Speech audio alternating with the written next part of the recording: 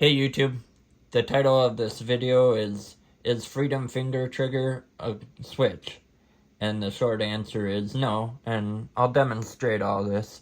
But I get a lot of comments on my video shooting this saying it's a switch, that it's illegal, no one should buy this, I shouldn't be promoting it. And first of all, I talked to Andrew, the owner, and he has sent this into ATF like 5 months ago or something. And if it was full auto, they would have been kicking in his door already for selling these. And then secondly, people say it looks like a switch. It's just the back plate. You could argue that Rare Breed looks like a auto sear on their locking bar. So just because something looks like something doesn't mean it is.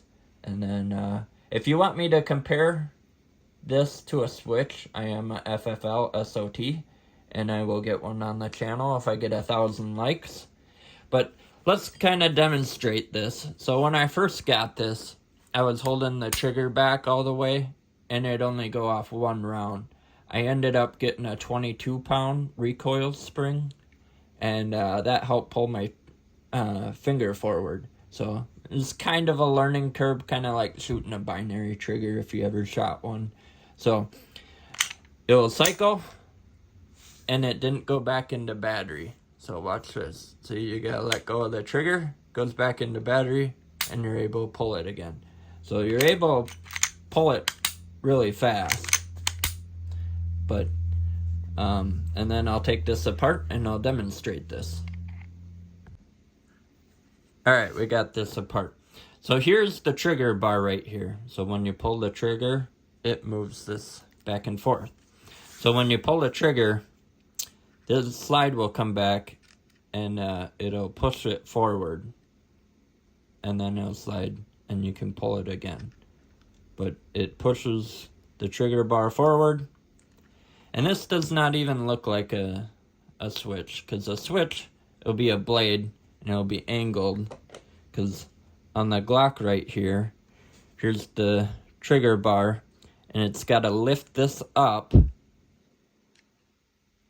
See if you can see that, but it'll lift that up to pull the trigger forward. With the switch, the blade will come and hold this down.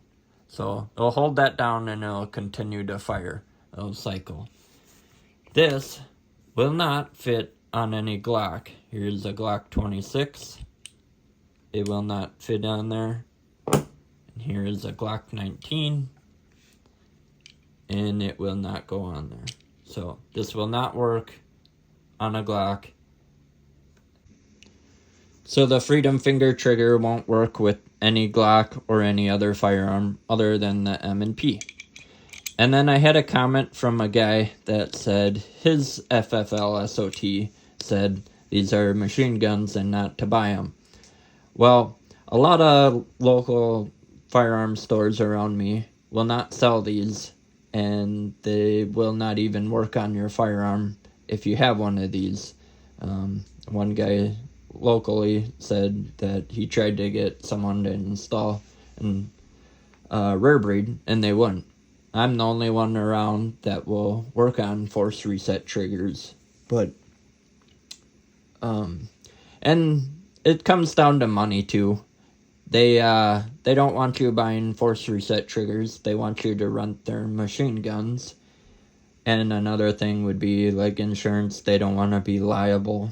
So that's all it is. But I appreciate you watching this video, and I'll come out with more content. I would appreciate it if you like, share, and subscribe.